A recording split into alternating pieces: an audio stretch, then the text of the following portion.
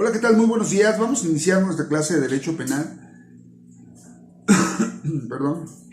Y bueno, vamos a continuar con el tema de la etapa intermedia y vamos a aterrizar ahora sí en lo que es el interrogatorio. Y bueno, hay un interrogatorio directo, es el medio por el cual se incorpora la declaración de los testigos y peritos ofrecidos por la parte, en razón a sus percepciones respecto de los hechos, en el caso del testigo, o de las investigaciones expertas de algún tipo de perito. Hay como vamos a llamar unas pautas para realizar un buen interrogatorio. Y voy a resaltar las principales. La número 1 es el testigo es quien tiene que ingresar la información. De esto ya habíamos hablado, no puedes tú inducir las preguntas. 2. Que el interrogatorio guarde un orden y secuencia cronológica, es decir, que tengas un orden en la forma en la que vas a realizar las preguntas, de dónde inicia y cómo termina. El interrogatorio no debe extralimitarse en el número de preguntas, evitando cansar al juez o que el testigo se exceda. Eso es, pues, principalmente para no cansar precisamente al juez o que el testigo se canse o lo hagas hacer bolas. Si no te conviene hacer bolas a tu testigo, pues, ¿para qué lo haces?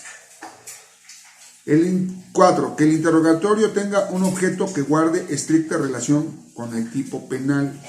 Que las preguntas tengan que ver o con ellas trates de acreditar el delito. 5. Tener en cuenta las fortalezas y debilidades del testigo. Eso quiere decir que debes de conocer al testigo. Debes de haberte entrevistado previamente a esta audiencia con él. Un poco decirle lo que le vas a preguntar. Eso se le llama, vamos a preparar al testigo, ¿no? Le vas a preparar, le vas a explicar qué es lo que va a suceder en la audiencia y cómo le vas a preguntar y un poco de cómo debe contestar, ¿no? Adelantarse a las posibles preguntas de la defensa. Debes de ser muy inteligente al momento en el que vas a realizar tus preguntas y quizá adelantarte a algo que tu contraparte puede preguntarle para tratar de afectarte. Y sé muy sutil para hacer tus preguntas, adelántate a esas posibles preguntas que puede hacer la contraparte y lograrás hacer un interrogatorio inteligente. Hay tipos de preguntas. La primera son las preguntas abiertas. Estas son destinadas a lograr una información concreta, pero de forma genérica.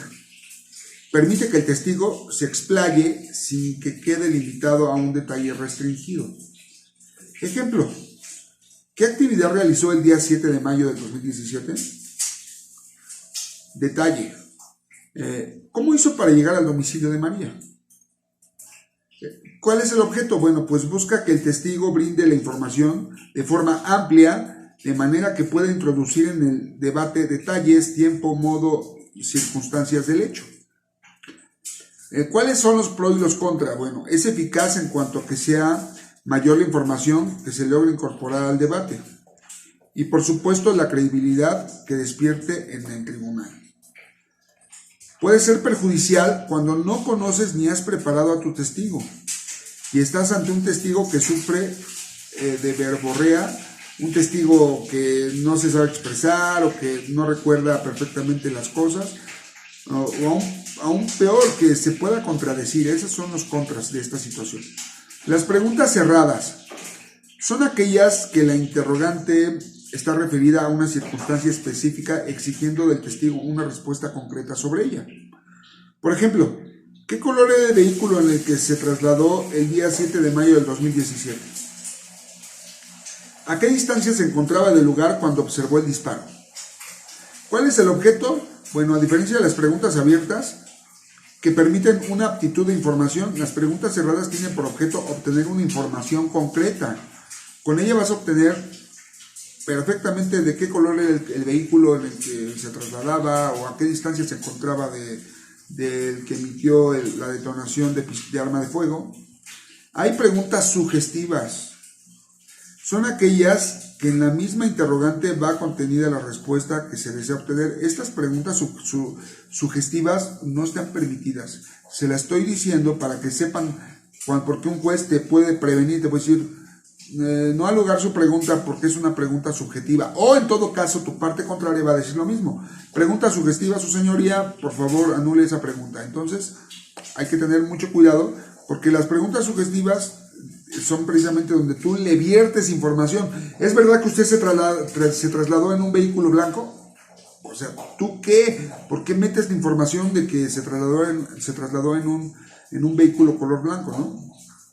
Solo están permitidas en el contrainterrogatorio, pues en el interrogatorio directo no cabe, ya que los testigos han sido ofrecidos por parte y no existe razón de hostilidad contra ellos.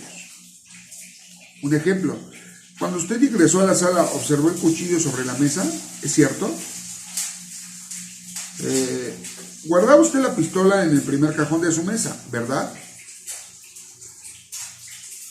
Ok, algunas, y estas se dividen en clases, por ejemplo, las afirmativas, las que se pretende obtener una respuesta negativa. Ejemplo, ¿es cierto que usted mató a Juan?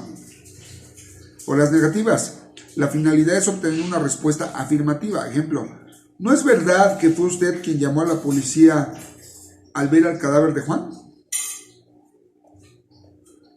La característica de esta se desprende de la manera en que se formula, ya que en sentido positivo o negativo, condicionando al testigo una respuesta clara como un sí o un no. Esas son las respuestas, los tipos de respuestas.